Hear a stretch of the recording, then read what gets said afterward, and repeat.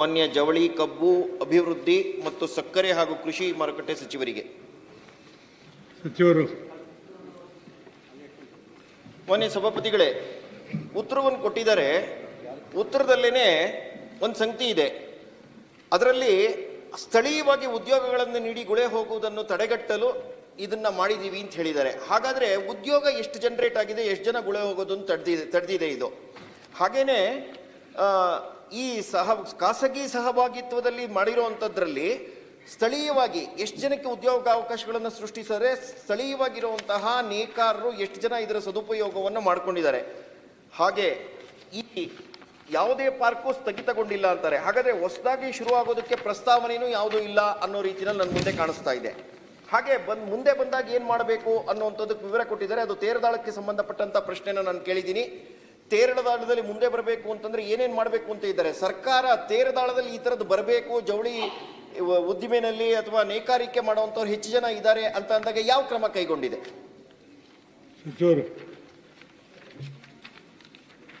ಮೊದಲೇ ಪ್ರಶ್ನೆಯಲ್ಲಿ ನಿಮಗೆಲ್ಲ ಗೊತ್ತಿದೆ, ಆಗಿನ ಅವಿಭಾಜ್ಯ ಬಿಜಾಪುರ ಜಿಲ್ಲೆ ಬರಗಾಲ ಜಿಲ್ಲೆ. ಅದು ಬಾಗಲಕೋಟು ಕೂಡ ಬಿಜಾಪುರ ಜಿಲ್ಲೆ ಒಂದು ಪಾರ್ಟು. ಆಗಾಗ ಬರಗಾಲ ಬಿದ್ದಾಗ ಗುಳೆ ಹೋಗ್ತಕ್ಕಂಥ ಪರಿಸ್ಥಿತಿ ಉದ್ಭವ ಆಗ್ತದೆ ಅಂತಕ್ಕಂಥ ಮಾತು ಭಾಳ ಪ್ರಚಲಿತೆಯಲ್ಲಿತ್ತು ಆ ಸಂದರ್ಭದಲ್ಲಿ. ಅದಕ್ಕೆ ಬ್ರಿಟಿಷರು ಬಿಜಾಪುರದಲ್ಲಿ ಆ್ಯಂಟಿ ಫ್ಯಾಮಿನ್ ಬಿಲ್ಡಿಂಗ್ ಅಂದರೆ ಬರಗಾಲ ನಿವಾರಣಾ ಸಮಿತಿ ಕಟ್ಟಡನೇ ಕಟ್ಟಿದ್ರು ಬಿಜಾಪುರಕ್ಕೆ. ಆ ಒಂದು ಕಾಂಟೆಸ್ಟ್ನಲ್ಲಿ ಪ್ರಾಯಶಃ ಆ ಶಬ್ದ ಉಪಯೋಗ ಮಾಡಿದ್ದಾರೆ ಅಷ್ಟೇ. ಬಟ್ ಈಗ ಗುಳೇದಗುಡ್ನಲ್ಲಿ 15 ಎಕರೆಯನ್ನು ತೆಗೆದುಕೊಂಡು ಇಲ್ಲಿ ಪಾರ್ಕ್ ಮಾಡಬೇಕಂತಕ್ಕಂಥ ನಿರ್ಣಯ 21-22ರಲ್ಲಿ ಆಗಿದೆ. ಆದರೆ ದುರ್ದೈವಶ ಹಿಂದಿನ ಸರ್ಕಾರ ಕೂಡ ಸರ್ಕಾರದ ಹಣ ಅದರಲ್ಲಿ ವೆಚ್ಚ ಮಾಡಿ ಪಾರ್ಕ್ ಮಾಡಿದರೆ ಮುಗಿತಿತ್ತು. ಆದರೆ ನಾವು ನಮ್ಮ ಹೊಸ ಸರ್ಕಾರ ಬಂದ ಮೇಲೆ ಎಲ್ಲ ಪ್ರಾಜೆಕ್ಟ್ಗಳನ್ನು PPP ಮಾಡೆಲ್ ಮೇಲೆ ತೆಗೆದುಕೊಳ್ಬೇಕು ಅಂತಕ್ಕಂಥ ನಿರ್ಣಯ ಆಗಿರೋದ್ರಿಂದ ಈ ಪಾರ್ಕ್ ಕೂಡ PPP ಮಾಡೆಲ್ನಲ್ಲೇ ತೆಗೆದುಕೊಳ್ತಕ್ಕಂಥ ನಿರ್ಣಯ ಆಗಿದೆ. ಈಗ ಟ್ರಾನ್ಸಾಕ್ಷನ್ ಅಡ್ವೈಸರ್ನ ಅಪಾಯಿಂಟ್ಮೆಂಟ್ ಆಗಿದೆ. ಅದರಲ್ಲಿ ಸಿಂಗಲ್ ಬಿಡ್ ಆಗಿರೋದ್ರಿಂದ ಅದು ಡಿಲೇ ಆಗಿದೆ. ಪುನಃ ಮತ್ತೆ ಸಿಂಗಲ್ ಬಿಡ್ ಆದರೂ ಕೂಡ ಎಂಪ್ಯಾನಲ್ಡ್ ಟ್ರಾನ್ಸಾಕ್ಷನ್ ಅಡ್ವೈಸರ್ನೇ ಅಪಾಯಿಂಟ್ ಮಾಡ್ತಕ್ಕಂಥ ಒಂದು ನಿರ್ಣಯ ತೆಗೆದುಕೊಳ್ತೀವಿ. ಆಮೇಲೆ ಅದರ ಫಿಸಿಬಿಲಿಟಿ ರಿಪೋರ್ಟ್ ನೋಡಿ ಆಮೇಲೆ ಪ್ರಾಜೆಕ್ಟನ್ನು ಮುಂದುವರಿಸ್ತಕ್ಕಂಥ ಕೆಲಸ ಮಾಡ್ತೀವಿ ಈ ವಿಷಯದಲ್ಲಿ.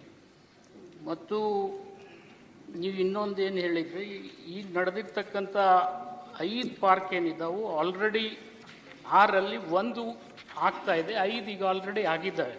5ರದ್ದು ಮಾಹಿತಿ ನಿಮಗೆ ಬಹುತೇಕ ಕೊಟ್ಟಿರ್ಬೋದು. ಚಿತ್ರದುರ್ಗ, ಬೆಂಗಳೂರು, ದಾವಣಗೆರೆ, ಬೆಳಗಾವಿ, ಬಳ್ಳಾರಿಯಲ್ಲಿ ನಡೆದಿದ್ದಾವೆ ಈಗಾಗಲೇ. ಮತ್ತು ಅಲ್ಲಿ ಎಷ್ಟು ಎಂಪ್ಲಾಯ್ಮೆಂಟ್ ಜನರೇಟ್ ಆಗಿದೆ ಅಂತಕ್ಕಂಥದ್ದು ಮಾಹಿತಿ ಕೂಡ ನಾವು ಕೊಟ್ಟಿದ್ದೀವಿ. ಇಲ್ಲ, ಅದು ನನಗೆ ಬಂದಿಲ್ಲ. ಅಂದರೆ ಟೆಂಟೇಟಿವ್ ಫಿಗರ್ ಇದೆ, ಕೊಡ್ತೀನಿ ನಾನು. ಆದರೆ ಇದರಲ್ಲಿ ನೀವು ಇನ್ನೊಂದು ಲಾಸ್ಟ್ ಪ್ರಶ್ನೆ ಕೇಳಿದ್ದು ತೇರದಾಳದಲ್ಲಿ ಏನು ಮಾಡ್ತೀರಿ ಅಂತಕ್ಕಂಥ ಒಂದು ವಿಚಾರ ತಾವು ಕೇಳಿದ್ದೀರಿ. ಇಲ್ಲಿ ಕೂಡ ನಾವು ಗ್ರೀನ್ ಫೀಲ್ಡ್ ಪಾರ್ಕ್ ಮಾಡ್ತಕ್ಕಂಥವ್ರು ಯಾರಾದರೂ ಮುಂದೆ ಬಂದರೆ ಅವರಿಗೆ ನಮ್ಮಲ್ಲಿ ಈಗ ಇರ್ತಕ್ಕಂಥ ಏನು ಪಾರ್ಕ್ ಸ್ಥಾಪನೆಗೆ ಮೂಲಭೂತ ಸೌಲಭ್ಯಗಳು ಕೊಡ್ತಕ್ಕಂಥ ಅನುದಾನ ಇದೆ, ಅದು 40% ಆಫ್ ಪ್ರಾಜೆಕ್ಟ್ ಕಾಸ್ಟ್ ಕೊಡ್ತೀವಿ. ಅಥವಾ ಇನ್ನು ಮ್ಯಾಕ್ಸಿಮಮ್ ಎಕ್ಸ್ಟೆಂಟಿಗೆ ಒಂದು ಪಾರ್ಕಿಗೆ 40 ಕೋಟಿ ರೂಪಾಯಿ ಸಬ್ಸಿಡಿ ಕೊಡ್ತಕ್ಕಂಥ ವ್ಯವಸ್ಥೆಯನ್ನು ಅಕಸ್ಮಾತ್ ತೇರದಾಳದಲ್ಲಿ ಯಾರಾದರೂ ಮಾಡ್ತಿದ್ರೆ ಅವ್ರಿಗೂ ಈ ಫೆಸಿಲಿಟಿಯನ್ನು ಕೊಡ್ತಕ್ಕಂಥ ನಿರ್ಣಯ ನಾವು ಮಾಡ್ತೀವಿ. ಮಾನ್ಯ ಸಭಾಪತಿಗಳೇ, ಸರ್ಕಾರ ಈ ರೀತಿ ಜವಳಿ ಪಾರ್ಕ್ ನಿರ್ಮಾಣ ಮಾಡಿರುವಂಥದ್ದು ಜನ ಉದ್ಯೋಗವನ್ನು ಅರಸಿ ಬೇರೆ ಕಡೆಗೆ ಹೋಗಬಾರ್ದು, ತಮ್ಮ ಬದುಕನ್ನ ತಮ್ಮ ಪರಿಸರದ ಸುತ್ತಲೇ ಕಂಡ್ಕೋಬೇಕು ಅಂತ ಹೇಳಿ ಕೃಷಿಯ ನಂತರ ಹೆಚ್ಚು ಜನಕ್ಕೆ ಉದ್ಯೋಗಾವಕಾಶವನ್ನು ಸೃಷ್ಟಿಸುವಂಥದ್ದೇ ಜವಳಿ. ಹಾಗಾಗಿ ಕರ್ನಾಟಕ ಸರ್ಕಾರದ ಸ್ಟ್ಯಾಟಿಸ್ಟಿಕ್ಸ್ ನೋಡಿದಾಗ ಆತ್ಮಹತ್ಯೆ ಮಾಡ್ಕೊಂಡಿರೋ ಸಂಖ್ಯೆಯಲ್ಲಿ ಕೃಷಿಯ ನಂತರ 2ನೇ ಜಾಗದಲ್ಲಿ ಇರುವಂಥದ್ದೇ ನೇಕಾರರು. ಮತ್ತೆ ಆ ನೇಕಾರರಿಗೆ ಕೊಡುವಂತಹ ಯೋಜನೆಗಳನ್ನು ಕಾರ್ಯಗತಗೊಳಿಸೋದು ಅಂತಂದ್ರೆ ಆ ಸ್ಟ್ಯಾಟಿಸ್ಟಿಕ್ಸ್ನಲ್ಲಿ ಕಡಿಮೆ ಆಗಬೇಕು. ಮತ್ತೆ ಅವರ ಜೀವನದ ಒಂದು ಮಟ್ಟ ಏನಿದೆ ಅದನ್ನು ಸುಧಾರಿಸುವಂಥದ್ರ ಬಗ್ಗೆ ಸರ್ಕಾರಕ್ಕೆ ಗಮನ ಇಲ್ಲ. ಸುಧಾರಿಸೋದು ಅಂತ ಅಂದರೆ ಜನ ಈಗ ಗುಳೆ ಹೋಗ್ತಾ ಇಲ್ಲ, ಎಲ್ಲರೂ ಕೂಡ ಅಲ್ಲೇ ನಿಲ್ಲಿಸಿದ್ದಾರೆ. ಮತ್ತು ಅವರು ಮಾಡುವಂಥ ಜವಳಿಗೆ ಹೆಚ್ಚು ಬೆಲೆ ಸಿಗ್ತಾ ಇದೆ, ಮತ್ತು ಕಚ್ಚಾ ವಸ್ತುಗಳನ್ನು ಕಡಿಮೆ ಬೆಲೆಗೆ ಅವರು ಪಡ್ಕೋತಾ ಇದ್ದಾರೆ, ಮತ್ತು ಅವರ ಸ್ಥಿತಿನಲ್ಲಿ ತುಂಬ ಸುಧಾರಣೆಯಾಗಿದೆ ಅನ್ನುವಂಥ ರಿಪೋರ್ಟ್ ನಾನು ಎಲ್ಲೂ ನೋಡಿಲ್ಲ. ಹಾಗಾಗಿ ಇಷ್ಟೆಲ್ಲ ಅನುಕೂಲತೆಗಳನ್ನ ಈ ಜವಳಿ ಪಾರ್ಕ್ ಬಗ್ಗೆ ನಾನು ಕೇಳಿದ್ದೇ ಇದು. ಇಷ್ಟೆಲ್ಲ ಸರ್ಕಾರ ಯೋಚನೆ ಮಾಡದೇ ಇರುವಾಗ ಅವ್ರ ಸ್ಥಿತಿ ಮಾತ್ರ ಯಾಕೆ ಅದೇ ತರ ಇದೆ, ಅದು ಅರ್ಥ ಆಗದೆ ಇರುವಂತ ಪ್ರಶ್ನೆ. ಅದಕ್ಕಾಗಿ ಸರ್ಕಾರ ಕೈಗೊಂಡಿರುವಂತ ಕಾರ್ಯಕ್ರಮಗಳೇನು? ಸಚಿವರು ಅವ್ರಿಗೂ ಮಾಹಿತಿ ಇದೆ, ನನಗೆ ಅವ್ರಿಗೆ ಮಾಹಿತಿ ಕೊರತೆ ಇದೆ ಅಂತ ಹೇಳೋದಿಲ್ಲ. ನೇಕಾರರು ಇತ್ತೀಚಿನ ದಿನಮಾನಗಳಲ್ಲಿ ನೇಕಾರಿಕೆಯಿಂದ ಮೈಗ್ರೇಟ್ ಆಗ್ತಾ ಇರ್ತಕ್ಕಂಥದ್ದು ತಮ್ಮ ಗಮನಕ್ಕೂ ಬಂದಿದೆ. ಯಾಕಂದರೆ ಆ ಸಮಾಜದಲ್ಲಿ ಪ್ರತಿಭಾವಂತ ಮಕ್ಕಳು ಹೊರಹೊಮ್ತಾ ಇರೋದ್ರಿಂದ ಅವ್ರು ಇವತ್ತು ನೇಕಾರಿಕೆಯನ್ನು ಬಿಟ್ಟು ಮೈಗ್ರೇಟ್ ಆಗಿ ಬೇರೆ ಬೇರೆ ಉದ್ಯೋಗಗಳಿಗೆ ಹೋಗ್ತಾ ಇದ್ದಾರೆ.